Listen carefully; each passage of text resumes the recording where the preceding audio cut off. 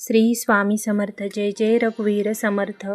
अधिक मासात आपण ज्या काही सेवा करतो त्या अतिशय प्रभावी आणि पुण्यदायी असतात. यामध्ये अनेक सेवा असतात, जसं की गोपद्म सेवा, सत्यनारायण सेवा, विष्णू भगवानांची सेवा, गोपाल कृष्ण भगवानांची सेवा आणि त्यानंतर विष्णू स्तुती, विष्णू पंजर ह्या अत्यंत प्रभावी काही सेवा असतात.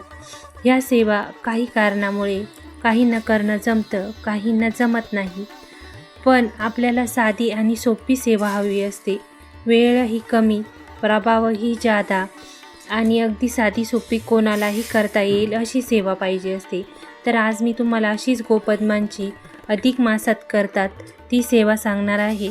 अगदी साधी आणि सोपी, कोणताही मंत्र नाही, जादा वेळ नाही आणि कुणीही करू शकेल अशी सेवा. आपल्याला काय करायचं आहे, तर तुम्हाला अधिक मास चालू होतो त्या दिवसापासून ही सेवा करायची आहे. ही सेवा 5 वर्ष करतात किंवा आयुष्यभरही ही सेवा करता येते. पण गोपद्म माता लक्ष्मी आणि भगवान विष्णूंना अत्यंत प्रिय आहे.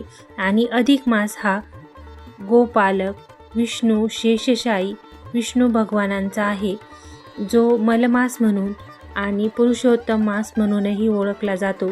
या अधिक मासामध्ये तुम्ही ज्या काही सेवा करता त्या पुरुषोत्तम भगवानांना अर्पित होतात आणि समर्पित होतात. त्यामुळे अगदी साधी सोपी सेवा मी सांगते, कशी करायची तीही सांगते, नियम उद्यापन हेही सांगणार आहे. त्यामुळे व्हिडिओ शेवटपर्यंत बघा आणि नक्की करा. ही सेवा अगदी साधी सोपी सेवा आहे. तर सर्वप्रथम काय करायचं आहे, एक पाट घ्यायचा आहे किंवा चौरंग घ्यायचा आहे आणि त्यावर तुम्हाला 33 गोपद्म काढायचे आहे. सुरुवात कशी करायची, तर तुम्हाला 7 गोपद्म आधी काढायचे आहे, त्यानंतर 6, त्यानंतर 5, पुन्हा 5, 3, 2 आणि नंतर 1 अशी तुम्हाला 33 गोपद्म काढायचे आहे. आणि हे गोपद्म काढत असताना तुम्हाला एक मंत्र म्हणायचा आहे. तुपाचा दिवा लावायचा आहे आणि नंतर मंत्र म्हणायला सुरुवात करायची आहे. गोपद्म आणि मंत्र एकाच वेळेस म्हणायचे आहे. मंत्र कोणता म्हणायचा आहे, तर ओम नमो भगवते वासुदेवाय हा, नाहीतर ओम नमस्वनंताय सहस्रमूर्ते सहस्रपादा शिशोर्बाहवे सहस्रनामे पुरुषा शाश्वते सहस्रकोटी युगधारिणे नम हा मंत्र म्हणायचा आहे. मंत्र पुन्हा एकदा ऐका. ओम नमो भगवते वासुदेवाय, नाहीतर मग ओम नमस्वनंताय सहस्रमूर्ते सहस्रपादा शिशोर्बाहवे सहस्रनामे पुरुषा शाश्वते सहस्रकोटी युगधारिणे नम ह्या मंत्राचा जाप करत तुम्हाला ते 33 गोपद्म काढायचे आहे.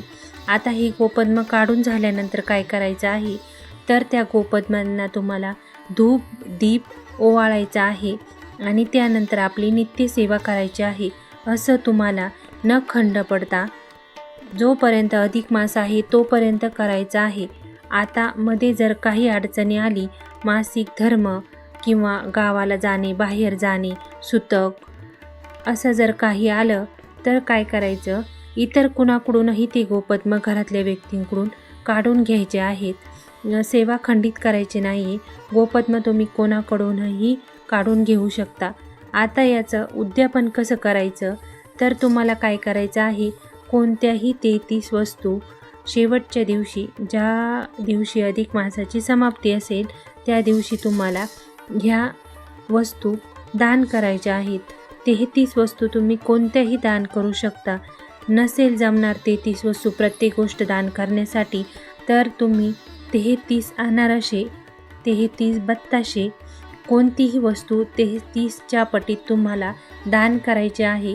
33च का, तर 3 वर्ष मिळून अधिक मास येतो आणि ह्या प्रत्येक वर्षात 11 दिवस हे जास्तीचे उरतात चंद्राच्या आणि सूर्याच्या भ्रमणामुळे. त्यामुळे 3 वर्षात 33 दिवस अधिक येतात. म्हणून ह्या 33 दिवसांना अत्यंत महत्त्व आहे. म्हणून तुम्हाला कोणतीही वस्तू 33च्या पटीत दान करायचे आहे. त्यामुळे अनारसे हे भगवान विष्णूंना आणि माता लक्ष्मींना दोघांनाही प्रिय आहेत. त्यामुळे अनारसेचं दान करा किंवा कोणत्याही 33 वस्तूंचं दान करा. यात तुम्ही हरिद्र, कुमकुम, त्यानंतर बांगडी, त्यानंतर बदाम, काजू अशी प्रत्येक एक वस्तू घेऊन तुम्हाला 33 वस्तू करायच्या आहेत. त्यात निरांजन येऊ शकतं, पूजेच्या वस्तू येऊ शकतात, त्यानंतर खाण्याची एखादी वस्तू येऊ शकते, मिठाई येऊ शकते. अशा तुम्हाला 33 वस्तू करायच्या आहेत आणि त्या दिवशी तुम्हाला दान करायचं आहे. ह्या कालावधीमध्ये तुम्हाला कोणतीच सेवा करणं जमत नसल्यास अधिक मासामध्ये फक्त साधी आणि सोपी ही सेवा करा. फक्त सेवा करताना जी रांगोळी आपण गोपद्म काढतो ते तुम्हाला फक्त पांढऱ्या रंगाने काढायचे नाहीत. अगदी पांढऱ्या रंगाने काढल्यानंतर त्यावरती हळदी कुंकू व्हायचं आहे, नाहीतर त्यामध्ये तुम्हाला कलर थोडेसे टाकायचे आहे. कारण पूर्ण पांढरी रांगोळी काढत नाही, शास्त्रामध्ये ती निषिद्ध मानली जाते. म्हणून ज्या वेळेला तुम्ही रांगोळी काढशाल त्यावेळेला त्यावर थोडंसं हळदी कुंकू नक्की टाकायचं आहे आणि ही सेवेला सुरुवात करायची आहे.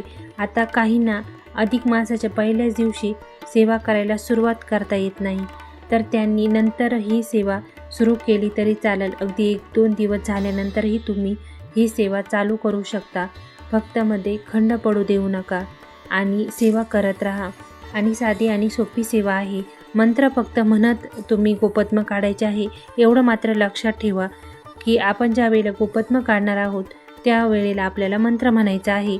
विष्णू भगवानांचा म्हणा, नाही जमत आपण स्वामी सेवेकरी आहोत तर स्वामींचाही श्री स्वामी समर्थ हा मंत्र म्हणा. जर कोणताच मंत्र येत नसेल तर हा मंत्र म्हटला तरीही चालेल.